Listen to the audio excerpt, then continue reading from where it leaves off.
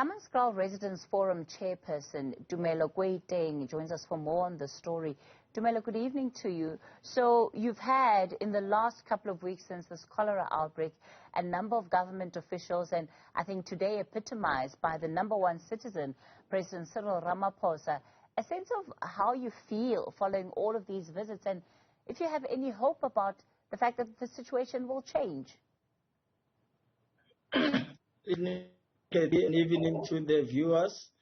I think the president's visit is a little too late, Kathy, because it had to take people to lose their lives before the president comes to Hammanskraal.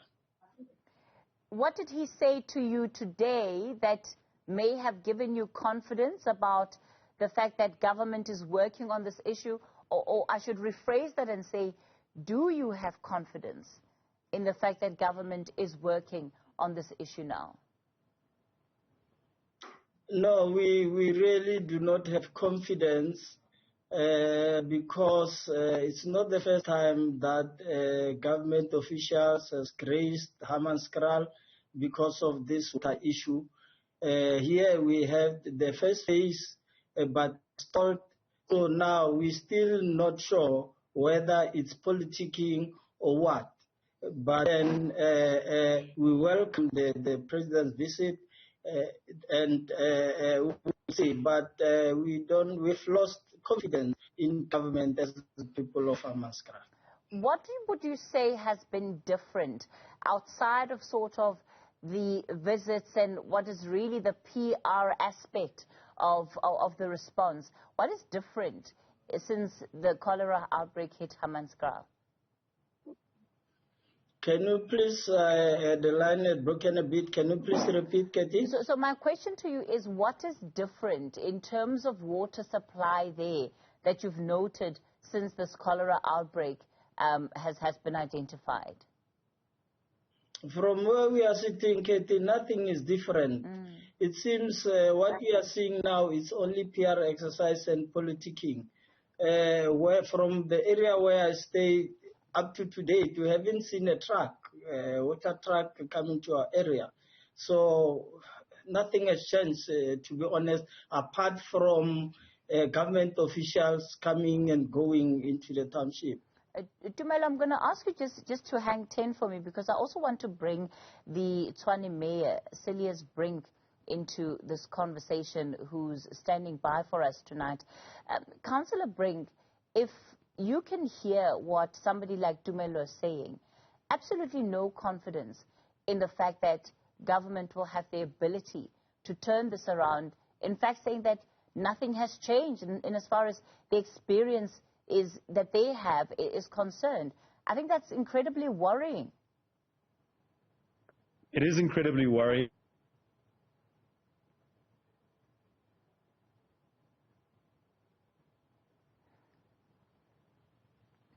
All right, unfortunately, it looks like we've lost that connection to the Tshwane Mayor, Cilliers Brink. So back to you then, Tumelo. What would you want to see happen? And it seems like a rhetorical question, because you've been promised so much, and yet the fact that just in the aftermath of this outbreak, nothing tangible has changed for you as a resident. I wonder then what you want to see happen going forward. You see, Kathy, there's the political instability that is happening has given us headaches. So what we want to see happening is that there should be a public-private partnership that should be part of this whole exercise. My point being that you remember it's politicians who will be here to say we'll do 1, 2, 3, and tomorrow they are gone. You now have to meet another MC, you need to have to meet another mayor, and you have to start all over again. And we have always said this point, that there should be a committee whereby the affected parties are part of that committee that would form the nucleus of this thing, so that whenever there is political change or instability, there will be that committee that will always be there for continuity. So they are doing things on their own. They are not involving us as stakeholders. And like the first phase, we are the ones who made it possible for the funds to come down. But the first phase has flopped. Money has been lost, and we were left out. Now it's as if it's something new. There's nothing new here. And, you know, it boils down to issue of monitoring, because they cannot police one another. Instead, they are politicking. So if there is a structure that is formed that will be able to monitor whether what they are saying, whether the 4 billion that they have promised is doing what it's supposed to do, then we'll be heading somewhere. Tumelo, I'm going to ask you to pause it there. It looks like we've got the Tshwane Mayor back online, Cilliers Brink. Councillor Brink, I was saying to you, incredibly worrying that a resident of Hammanskraal, like Tumelo, expressing the fact that nothing has changed since the cholera outbreak hit them. He certainly hasn't seen water tankers in his area providing clean, potable water. I hope you can hear me clearly and see me clearly now. Yes, we can. All right. No, my comment to that is that Tumelo's statement is completely understandable, given the long record of failure and excuses by successive administrations in Tshwane, as well as national government, where promises were made that weren't delivered. And it is the job that we have now to try and mend that relationship. It does concern me that Tumelo says that he has not seen a water tanker, because the city is and has been dispatching water tankers, and we've tried to cooperate with ward councillors to see that we cover areas that haven't been covered. So that is certainly something which I'm willing to take up. But even the whole situation of having water tankers is not ideal, because it is prone to abuse, it is very expensive, and it's very difficult to control. So the challenge that we have now is to put a credible plan on the table to fund the upgrade of the Rooiwal wastewater treatment plant, because that's the essential source of poor quality water in Hammanskraal. Now, let me be clear, the source of the cholera still has to be established. All of the tests on the Temba water network have been negative for cholera. So we can't say that it is a Rooiwal or the Temba treatment plant that's the cause of the cholera. But what the outbreak of cholera has highlighted is the plight, almost 2 decades long, of Hammanskraal residents struggling with poor quality water. If we can get the funding, because that's an essential issue, if we can get the additional funding on top of the 450 million which the municipality has budgeted in the next 3 financial years, and if we can upgrade Rooiwal, we can solve the problem. I also understand that there's worry about politicking and finger-pointing between different spheres of government. I hope that that will come to an end now. The Minister and I have met in the past few weeks, and we've come to an agreement of how to settle this issue, so at least the different spheres of government aren't fighting with each other, but trying to find a solution. Yeah. And as we joint committees are working on it. So that does not mend the trust, but I think it's an important first step in mending the trust. Councillor Brink, it sounds to me that you need to find a way of actually verifying that the water tankers that you are paying a lot of money for, by the way, are actually delivering water to where they say they are. Because we are now still very much in the heart of the crisis, and the fact that you're not aware is one thing, but the sense I get is that you've had commitments that the residents of Hammanskraal all have the option of being able to access clean water. So I didn't say I'm not aware of the situation. I'm interested in hearing the particular instance that Tumelo is talking about. I'm willing to investigate that. But we certainly do have water tankers deployed.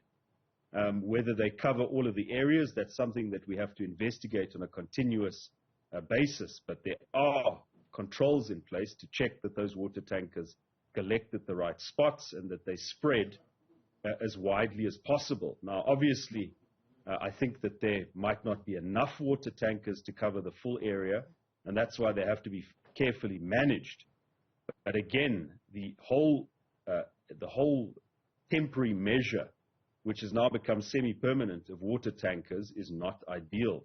That has to be solved, and as part of the partnership that we've announced with national government would be that there would be a package plant, in other words, a temporary water purification plant built at Magalies Water. That commitment has been made so that we can eliminate water tankers entirely, and so that people within a reasonable period of time if you're aware that the water tankers don't cover the entire area, what are you expecting residents to do? What must somebody like Tumelo do when he needs to access clean, safe water? So, as I mentioned, it is something that we have to check up on a continuous basis. There's cooperation with ward councillors, but as I said, that is not ideal. There could be areas that are left out, and so the logistics has to be managed carefully. I can only accept Tumelo's statement that he has not seen a water tanker in his area, so that is something that needs to be addressed. But that certainly doesn't mean that there aren't any water tankers or that this is a persistent issue. But again, humbly, given the circumstances, it is something which I am willing to investigate. Tumelo, do you get a sense, and you can tell us where exactly in Hammanskraal you are, that the response to this crisis is in touch with what you as residents need right now? At the moment, Kathy, I reside in Stellenbosch. We have last seen a truck here. It's somewhere in December last year. Stellenbosch, just opposite Jubilee Hospital. And the issue of the trucks, Kathy, is that, and also Mayor, is that there is no monitor. The trucks, one, the trucks are not enough. Two, there is no monitoring of the trucks. Three, there is no schedule of the trucks. For example, you'd have, for example, the refuse trucks, you'd know that in your area they would be coming on Monday, Tuesday, whatever day it is. But here, they come randomly, but there are areas that 3 weeks goes by without seeing any truck there. And Katie, but I want to also get into this point that the mayor has just said, that we welcome the fact that now the intergovernmental task team is there.